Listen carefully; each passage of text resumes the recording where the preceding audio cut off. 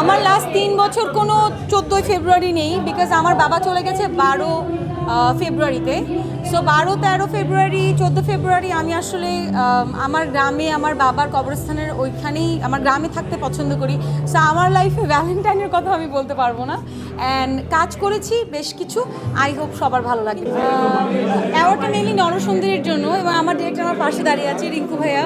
And আমরা আসলে দুজনই শুটিং করছিলাম। সো যখন দেখলাম যে দুজনকে আমাদের সম্মাননা প্রদান করা হবে ফর নরসুন্দরী, অ্যান্ড নরসুন্দরী আসলে আমার খুব পছন্দের একটা কাজ। সো ওই জায়গা থেকে আসলে আজকে অ্যাওয়ার্ডটা পেয়ে আসলে খুব ভালো লাগছে। মানে নারী প্রধান গল্প দর্শকের কাছে যেরকম পরিচিত মানে হয়ে উঠেছে, যে তানজিন তিশার নারী প্রধান গল্প খুব ভালো করেন, সেটা কিন্তু রিঙ্কু ভাই থেকে আসা। কারণ রিঙ্কু ভাই সাহস করেছে আমাকে নিয়ে নারী প্রধান গল্পে কাজ করার, যার কারণে কিন্তু এখন আসলে মানুষ এক্সপেকটেশন নিয়ে বসে থাকে কবে আমরা একটা নারী প্রধান গল্প নিয়ে কাজ করব। সো এই জায়গা থেকে আই এম ব্লেসড যে আমি রিঙ্কু ভাইয়ের গল্পে আসলে কাজ করতে পারি। 24 আপস অ্যান্ড ডাউন আসলে সব জায়গায় থাকে। সো আপস অ্যান্ড ডাউন সব জায়গায় ছিল, আছে। সো আমি তো বলবো আলহামদুলিল্লাহ ভালো ছিল, কারণ আমি সবসময় ভালোটা পিক করি, খারাপটা না।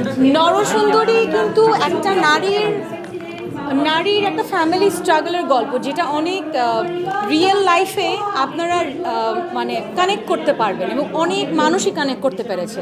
সো ওই জায়গা থেকে যখন আপনি দেখবেন না, আমরা আই থিঙ্ক প্রপার গল্পটাকে তুলে ধরতে পেরেছি, যার কারণে কিন্তু নরসুন্দরী ওই ঈদে আমাদের একটা বেস্ট ওয়ার্ক ছিল।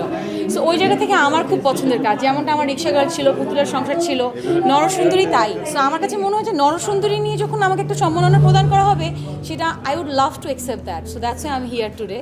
এক একজনের লাইফ এক্সপিরিয়েন্স স্ট্রাগল কিন্তু totally different. So we can't জাজ somebody, but we can say that আমাদের গোলটা যদি আমরা ফোকাস করতে পারি, then we can do our best, but we can't জাজ সামবাডি বাই দেয়ার লাইফ, এটা আমি বলবো।